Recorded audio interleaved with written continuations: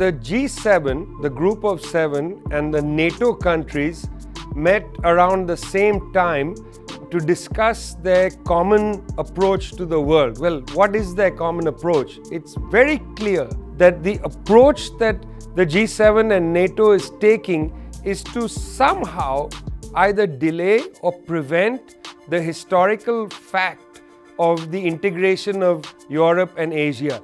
That was taking place through Russian energy sales into Europe. That was taking place through the Belt and Road Initiative initiated by the Chinese and so on.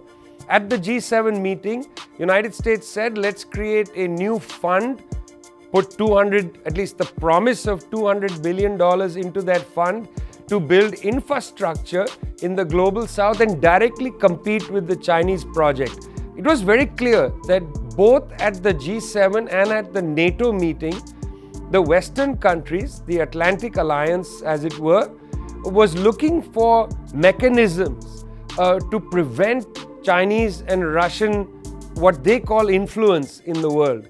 So that's the project coming out of the G7 and NATO.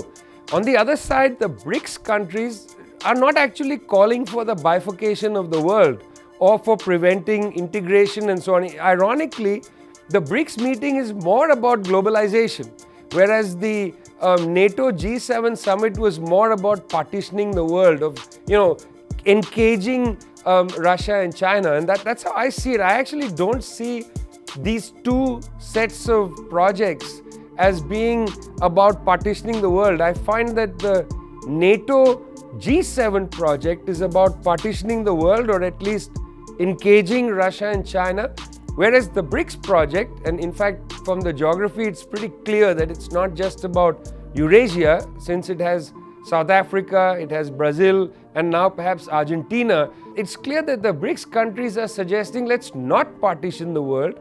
We neither want one single country dominating the world, nor do we want to live in a world partitioned into two. What they are trying to indicate, and the BRICS meeting put this directly at the table, what they are trying to go towards is to build a world order where multilateral institutions, including the United Nations and so on, are taken seriously. So one is a project of world domination, as it were, from the Atlantic states, and the other is a project calling for more strength and integrity of multilateral institutions.